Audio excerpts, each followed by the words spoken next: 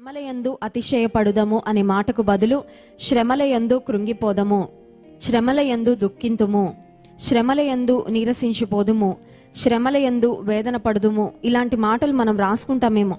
పలానా శ్రమ వచ్చింది నా జీవితంలో, శ్రమలయందు నలిగిపోయాము అని మనం చెప్పుకుంటామేమో. కానీ దేవుని వాక్యం సెలవిస్తుంది, శ్రమలయందు విశ్వాసి అతిశయించాలి. We should glory in suffering. Why? Suffering in itself is bad.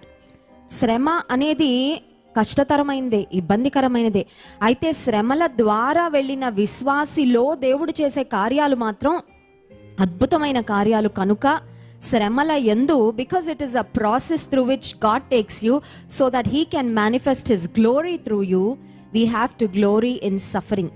శ్రమల యందు ఎందుకు అతిశయపడాలంటే, శ్రమలు వాటంతట అవే, శ్రమలను మనం చూస్తే అవి కోరుకోదగినవి కాదు, ఆశింపదగినవి కాదు, లేకపోతే ఆనందింపదగినవి అంతకంటే కాదు. కానీ శ్రమల ద్వారా ఒక విశ్వాసి వెళ్తున్నప్పుడు మనలో ఉన్న విశ్వాసము, మనలో ఉన్న పరీక్ష, మనం వెళ్తున్న పరీక్ష మనలో ఓర్పును, నిరీక్షణను, వీటన్నిటిని పుట్టిస్తుంది. కాబట్టి the byproduct of suffering is something that we have to be happy about. శ్రమల ద్వారా మన జీవితంలో కలిగే మార్పులు, మన ఆధ్యాత్మిక జీవితంలో వచ్చే ఎదుగుదల, విశ్వాసిగా నీవు మెరుగుపడే అనుభవము, ఇవన్నీ కూడా ఆనందింపదగినవే. కనుక శ్రమలలో విశ్వాసులముగా మనము అతిశయపడాలి అనే మాట దేవుని వాక్యంలో వ్రాయబడింది. రోమాపత్రిక 8వ అధ్యాయము 18వ వచనంలో మనం గమనించినట్లయితే, శ్రమల గుండా విశ్వాసి వెళ్తున్నప్పుడు మరి దేవుడు చేసే కార్యాలు అక్కడ వ్రాయబడి ఉన్నాయి. చూడండి, రోమాపత్రిక 8వ అధ్యాయము 18వ వచనం, మన ఎడల ప్రత్యక్షము కాబో మహిమ ఎదుట ఇప్పటి కాలపు శ్రమలు ఎన్న తగినవి కావని ఎంచుచున్నాము. ఇప్పటి కాలపు శ్రమలు ఎన్నదగినవి కావు. దేవుడు మనకిచ్చే మహిమ ఎదుట, దేవుడు మన కొరకు దాచి ఉంచిన ఆశీర్వాదాల ఎదుట, దేవుడు మనల్ని నడిపించబోతున్న మహిమాన్వితమైన అనుభవాల ఎదుట ఈనాడు నీవు వెళ్తున్న శ్రమ ఖచ్చితంగా ఎన్న తగినది కాదు. టెంపరీగా మనం ఉన్న పెయిన్ని బట్టో, టెంపరీగా మనకు కలుగుతున్న ఇబ్బందులను బట్టో, చాలాసార్లు టెంపరీగా నాకు ఒక రిలీఫ్ రావాలి, వెంటనే నాకు విడుదల కావాలి అని మనం బహుశా ఆశపడతామేమో. కానీ దేవుడు ఎప్పుడైనా మన జీవితంలో ఆశించేది ఏంటంటే, మనకు ఒక పర్మనెంట్ గెయిన్ ఇవ్వాలని. టెంపరీ రిలీఫ్ దేవుడు ఇవ్వగలడు. చూడండి, కొంతమంది హెల్త్ ప్రాబ్లమ్స్ ఏమైనా రాగానే పెయిన్ కిల్లర్స్, చాలా high dose of pain killers తీసుకుంటారు. అఫ్ కోర్స్ ఆ high dose of pain killers వలన ఇమీడియట్ రిలీఫ్ ఉంటుంది, టెంపరీగా రిలీఫ్ ఉంటుంది. కానీ డాక్టర్స్ చెప్పే మాట ఏంటంటే, లాంగ్ టర్మ్లో high dose of pain killers వాడడం మంచిది కాదు, దేహం మీద అడ్వర్స్ ఎఫెక్ట్స్ చూపిస్తాయి, భవిష్యత్తులో ఆరోగ్యం మరి కొంచెం ఇబ్బందికరమైన స్థితిలోకి వెళ్ళడానికి ఈ మందులు దోహదపడతాయని. అదే కొంతమంది చూడండి, ఏమైనా పర్వాలేదు, కొంచెం తట్టుకుంటాను కానీ పెయిన్ కిల్లర్స్ వేసుకోనిలే, పర్వాలేదు, ఈ ఓర్పును తట్టుకుంటాను, ఈ శ్రమను తట్టుకుంటానని కొంతమంది అలా ఓపిక పట్టు ఉంటారు. ఆ తర్వాత కొంతసేపు తర్వాతో, లేకపోతే ఒక రాత్రి గడిచిన తర్వాతో ఆ పెయిన్ దానంతటా అదే సర్దుకుంటుంది, పోతుంది. విశ్వాసంగా కొన్నిసార్లు శ్రమ వద్దు, అస్సలు వద్దు. ఒకవేళ శ్రమ వచ్చిందా, ఇప్పుడే విడుదల కావాలి, ఇప్పుడే నాకు రిలీఫ్ కావాలని కొన్నిసార్లు మనం ఎదురు చూస్తామేమో. కానీ శ్రమల ద్వారా, శ్రమల యందు విశ్వాసంగా మనం అతిశయపడాలి అనే మాట వాక్యంలో వ్రాయబడింది. దేవుడు మన కొరకు సిద్ధపరిచిన మహిమ ఎదుట ఈ లోకంలో మనం వెళ్ళే శ్రమలు ఎన్న తగినవి కావు. The pain that you are going through is definitely worth the glory that you will attain in the future.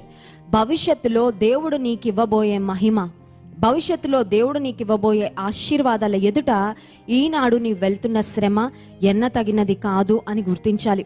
1 పేతురు పత్రిక 5వ అధ్యాయము 10వ వచనంలో కూడా ఒక మాట శ్రమలను గురించి వ్రాయబడింది.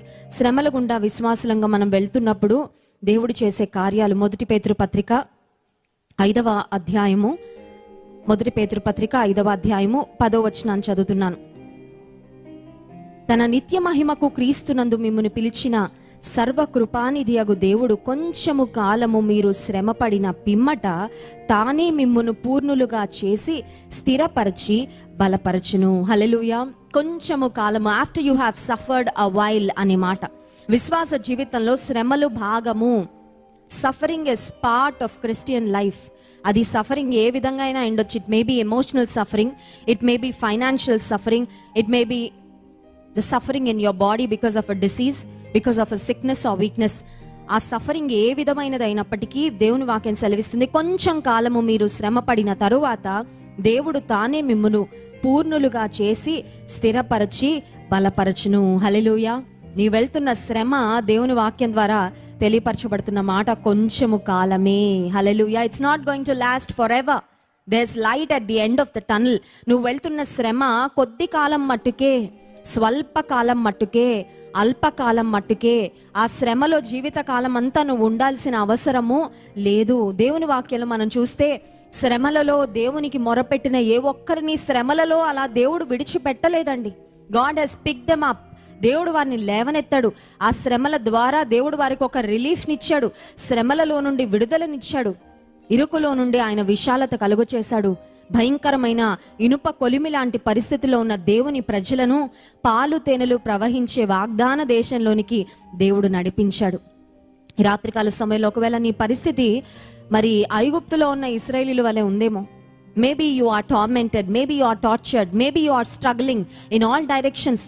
అన్ని వైపులా ఎటువైపు చూసినా వేదనే, ఎటువైపు చూసినా శ్రమే, ఎటువైపు చూసినా బాధ నీకు ఉండొచ్చేమో. కానీ నిరీక్షణతో నువ్వు దేవుని వైపు చూడగలిగితే, శ్రమల యందు నీవు అతిశయపడగలిగితే, కొంతకాలము శ్రమ తరువాత దేవుడు మిమ్ములను పూర్ణులుగా చేసి స్థిరపరచి బలపరచిన. Let me tell you my dear brother and sister, దేవుడు నిన్ను నడిపించబోయే వాగ్దాన దేశము ఒకటి ఉంది. హల్లెలూయా.